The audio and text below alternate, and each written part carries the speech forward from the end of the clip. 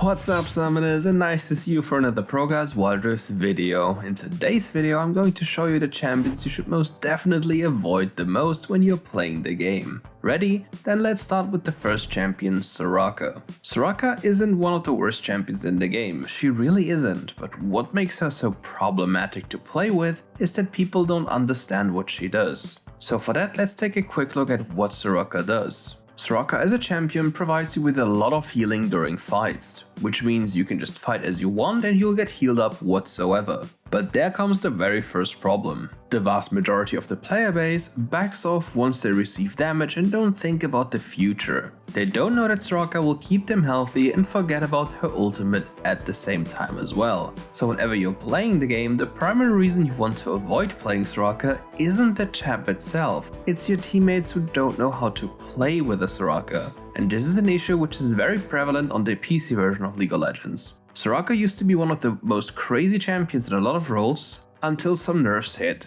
And even then, people were unable to play with this champion because they don't understand that she'll just heal you up whatever happens to you. But let's quickly talk about what Soraka is actually good at. In laning, during the laning phase, Soraka is a bully on level 1. She's a ranged champion, has a ranged spell that provides her with healing, and therefore should be aggro. You don't want to let the enemy take any advantage they can, because well, your champion wants to bully the enemy. Once you're in this mode of bullying, there's no way the enemy can break out of this until they reset or get jungle attention. But if you're really honest, Soraka is a worse version of a Sona, while being less reliable than a Sona. So all in all, there's no real reason to play Soraka, even though she has some plus points you can consider.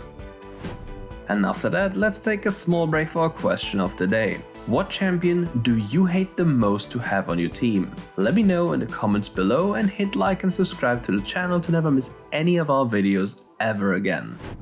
And now let's talk about a champion who isn't really bad at all.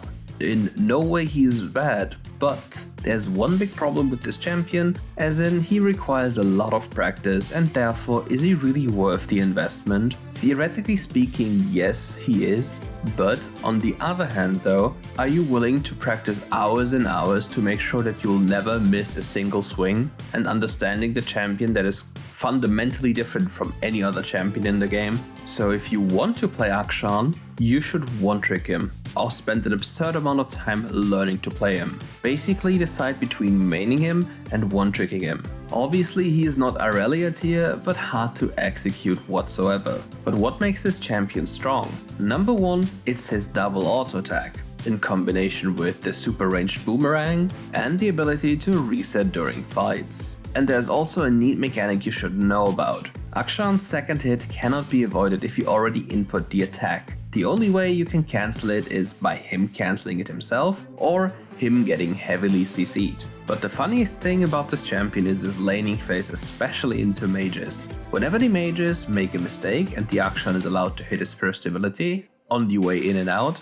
he can just dash after them, or rather swing after them, and get them killed. Even champions such as Orianna, if they make a mistake and then use their abilities for free, can be punished very severely and lose more than half their HP in one singular trade. And once this is the case, the Orianna can't lane anymore because the next time the Akshan is going to kill her. But the main problem behind this entire idea is you having to understand when you can do this and how you reliably can pull this off without getting yourself killed. Which then again goes back to the idea that you need to practice a lot of Akshan to get to this stage.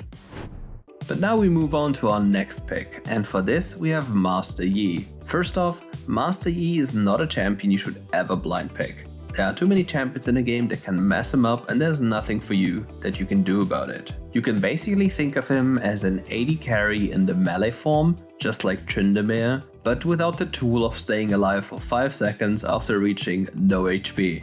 On top of that, he's primarily played in the jungle role and his ganks aren't really that convincing. All he can do is run at you and then alpha strike you from range, and if you happen to flash into the tower, well, then he has to flash away most likely himself. And since he can be compared to an AD carry in terms of scaling, he takes a lot of time to scale into the role he wants to become, and if anything should be played with a Lulu in a solo lane to assist him. So what you do for this, you just play the Yi in the jungle and play the Lulu in the solo lane. The The Lulu just farms normally up until the 5-minute mark, goes for the Ardent Sensor while the Yi is going for his normal items, and then the Yi collects all the gold after those 5 minutes. And after this happens, the Lulu and the Yi are an inseparable duo that just walk around and kill people. And since Lulu's passive ability Pix is quite broken in terms of damage boosts, and Lulu with Ardent and her second ability increases your attack speed by 60%, you'll see a lot of champions die very fast. But for a solo queue environment without any duo, rather stay away from this champion. And the same thing goes for the next champion. Singed. Singed as a champion cannot leash, and if he does so, he cannot play the lane anymore. He loses basically every lane against any champion in the game. Obviously with a few exceptions such as Katarina, because Katarina physically cannot play into a Singed, as funny as it sounds, for the other mages that usually struggle against Katarina. But luckily, Singed isn't a mage, he's rather a specialist, which makes him the only specialist in the game. He's not really a tank, he's not really anything like that, he's just something very weird on his own. And on top of that, there's usually only one way to play this champion in lane. You want to push the very first wave to get the agency and pressure going. With this, since you're very weak in lane, you have only one option to rely on, which are cheesy flips. However, once you've scaled and got a lot of Aegis in your pocket and access to your ultimate ability, you're quite tanky and deal a lot of damage. And once you're at that stage, you can run through the enemy team and apply your poison to anyone that you're facing, which then allows you to deal quite a lot of damage, especially if the enemy team is stupid enough to run after you. Because never forget the golden rule, never chase a Singed. But the main reason why you should not play this champion is the fact that he cannot do anything in lane. If the enemy is aware of his weaknesses, he can just get bullied and is unable to play. Luckily enough though for Wild Rift, some people can just leave the lane and get something done on the other side of the map because people don't care enough. They don't pay attention to the waves, they don't pay attention to anything about that, and then just feed kills. That is also basically the entire story of why Katarina is such an obnoxious pick in solo queue. But let's move on to a pick that is quite obnoxious in the competitive, but really not so much in solo queue. I'm talking about Ezreal. But why is Ezreal so bad in solo queue? Ezreal just takes too long to scale in a solo queue environment. You have no wave clear, but you have poke. But your items don't feature crit chance, and usually any crit item builder needs 3 items to become a god tier champion that one-taps anything in his way. However, for you, you need to first scale your mana immune, you need a Trinity Force, and you need a Cyrilda. And even then, your alt attacks aren't that strong, it's your first ability that's just obnoxious to deal with. And if it wasn't bad enough, you have to be very insane on this champion to deal damage in the early stages of the game. Which means to deal the most possible damage on this character, you need to be very aware of what you and the enemy team can do. You need to seize every opportunity given to you. Which means, for example, the enemy Blitzcrank uses a hook in lane. Now you're allowed to use your third ability because there's no more pressure from the Blitzcrank. So if you hit your second ability and then your third ability, which makes your third ability auto target on the second ability's target, you will just get free mana, free damage and a good trade in. But if you don't seize those opportunities, you'll just fall back and fall behind and do nothing. You'll also feel the big difference between you, a non-crit AD carry, and the crit AD carry when you get to the later stages of the game. As soon as the fights become messier and messier and you can't keep your range while continuously throwing your first abilities into the enemy team, you really lack the damage to carry.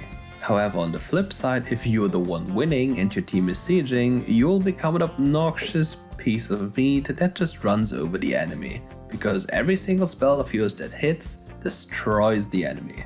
But from that perspective alone, I would never ever pick Ezreal in solo queue, it's way too risky. If there was a default pick I'd go to if I was AD carry, it would most likely be Kai'Sa and, well, once again Kai'Sa, with the occasional Draven game. Because with those two champions, I'd have the ability to carry, deny and make my own plays when I want to make them, rather than relying completely on my support or teammates to set me up.